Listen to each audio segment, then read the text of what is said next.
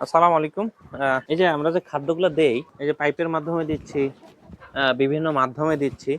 কিন্তু আমাদের খাদ্যগুলো দেখেন কিন্তু আমরা আ একদম ভালো মানের খাদ্যটা খাওয়াই। হ্যাঁ? এতে মুরগির গ্রোথ ভালো থাকে এবং আমরা কিন্তু যেগুলা আজে-বাজে খাদ্যগুলো থেকে দূরে রাখি মুরগিকে। তাহলে দেখা যায় যে চর্বি বাড়তে পারে।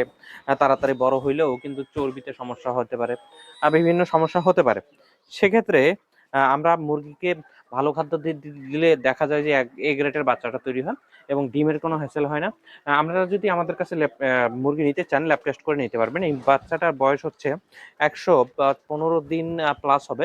এবং আমাদের কিন্তু ১৬০০ গ্রামের মতো প্রায় হয়ে এসেছে। এভারেজ ধরতে গেলে ১৪৫০ থেকে ১৫০০ গ্রামের মধ্যে মুরগি হবে। আপনারা যদি এই ব্যাচ থেকে মুরগি নিতে চান অবশ্যই আমার সাথে যোগাযোগ করতে পারেন এবং আমি আপনাদেরকে এক গ্যারান্টি দিতে পারি যে আমাদের মুরগিগুলো এ গ্রেডের বাচ্চা হবে এবং আপনি দেখে শুনে নিয়ে যেতে পারবেন। ভালো থাকবেন, সুস্থ থাকবেন। আসসালামু আলাইকুম।